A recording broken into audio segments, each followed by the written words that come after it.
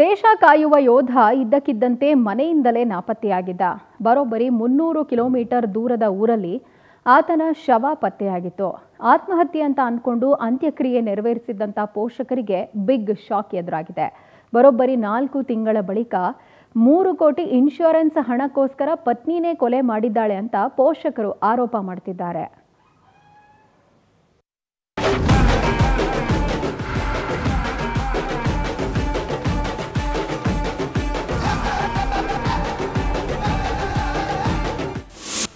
ಕೋಟಿ ಇನ್ಶೂರೆನ್ಸ್ ಹಣಕ್ಕಾಗಿ ಪತಿಯನ್ನೇ ಕೊಂದ್ಲ ಪತ್ನಿ. ಆತ್ಮಹತ್ಯೆ ಅಲ್ಲ, ಉಸಿರುಗಟ್ಟಿಸಿ ಹತ್ಯೆ ಎಂಬ ವರದಿ ಬಹಿರಂಗ. ಸೊಸೆ ವಿರುದ್ಧ ಯೋಧನ ಪೋಷಕರಿಂದ ಕೊಲೆ ಆರೋಪ. ದೇಶ ಕಾಯೋ ಯೋಧ ಅಂದ್ರೆ ಎಲ್ಲರಿಗೂ ಅಭಿಮಾನ, ಪೂಜನೀಯ ಭಾವನೆಯಿಂದ ನೋಡ್ತಾರೆ. ಆದ್ರೆ ಪಾಪಿ ಪತ್ನಿಯೊಬ್ಳು 3 ಕೋಟಿ ಇನ್ಶೂರೆನ್ಸ್ ಹಣಕ್ಕಾಗಿ ಯೋಧನಾಗಿದ್ದ ಪತಿಗೆ ಚಟ್ಟ ಕಟ್ಟಿದ್ದಾಳೆ ಎಂಬ ಆರೋಪ ಕೇಳಿ ಬಂದಿದೆ. ಮಗನ ಸಾವಿಗೆ ನ್ಯಾಯ ಕೊಡಿಸಿ ಅಂತೇಳಿ ಯೋಧನ ಹೆತ್ತವರು ಹೋರಾಟ ಮಾಡ್ತಿದ್ದಾರೆ. ಈ ಫೋಟೋದಲ್ಲಿ ಕಾಣ್ತಿರೋ ಯೋಧನ ಹೆಸರು ತಾರೇಶ್. ಹಾಸನದ ಅರಸೀಕೆರೆ ನಿವಾಸಿ. ಸುಮಾರು 15 ವರ್ಷಗಳಿಂದ ಸಿಆರ್ಪಿಎಫ್ನಲ್ಲಿ ಎಎಸ್ಐ ಆಗಿ ಕೆಲಸ ಮಾಡ್ತಿತ್ತು. 4 ವರ್ಷಗಳ ಹಿಂದಷ್ಟೇ ದಿವ್ಯಾಳ ಜೊತೆ ಮದುವೆಯಾಗಿತ್ತು.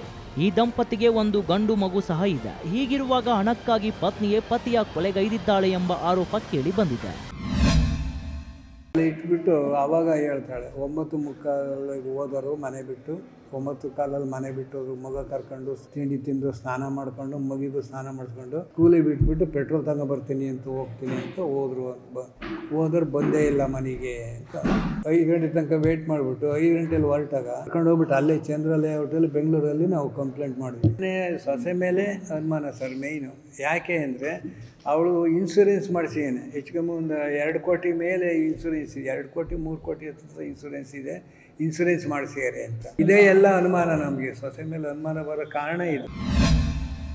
ತಾರೇಶ್ ಬೆಂಗಳೂರಿನ ಚಂದ್ರ ಲೇಔಟ್ನಲ್ಲಿ ಮನೆ ಖರೀದಿಸಿ ದಿವ್ಯಾಳ ಜೊತೆ ವಾಸವಿದ್ರು. ಆದರೆ ಜೂನ್ 18ರಂದು ಮನೆಯಿಂದ ತಾರೇಶ್ ಮಿಸ್ ಆಗಿದ್ದ.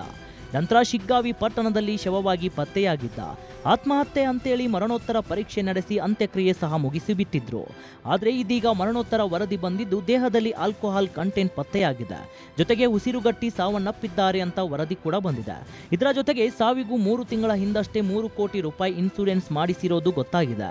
ಈ ಹಣಕ್ಕಾಗಿಯೇ ಸೊಸೆ ಹಾಗೂ ಆಕೆಯ ಸಹೋದರ ಕೊಲೆ ಮಾಡಿದ್ದಾರೆ ಅಂತ ಯೋಧ ತಾರೇಶ್ ತಂದೆ ತಾಯಿ ಆರೋಪ ಮಾಡಿದ್ದಾರೆ. ರಾಯಗಢ ದಾಬಾ ಹತ್ತಿರ ತಾರೇಶ್ ಅಂತ ಸಿಆರ್ಪಿಎಫ್ ಅಲ್ಲಿ ಎಎಸ್ಐ ಆಗಿರ್ತಾರೆ.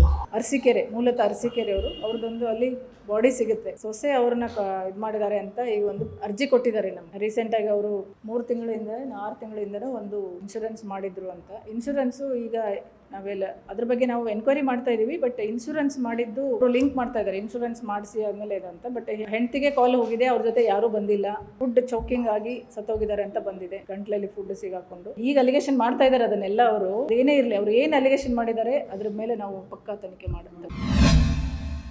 ಒಟ್ಟಾರೆ ಯೋಧನ ಸಾವಿನ ಪ್ರಕರಣಕ್ಕೆ ಕೊನೆ ಹಂತದಲ್ಲಿ ಟ್ವಿಸ್ಟ್ ಸಿಕ್ಕಿದ್ದು, ಪೊಲೀಸರು ಆರೋಪಿಗಳ ವಿಚಾರಣೆ ನಡೆಸಿ ಸತ್ಯಾಂಶ ಹೊರತರಬೇಕಿದೆ.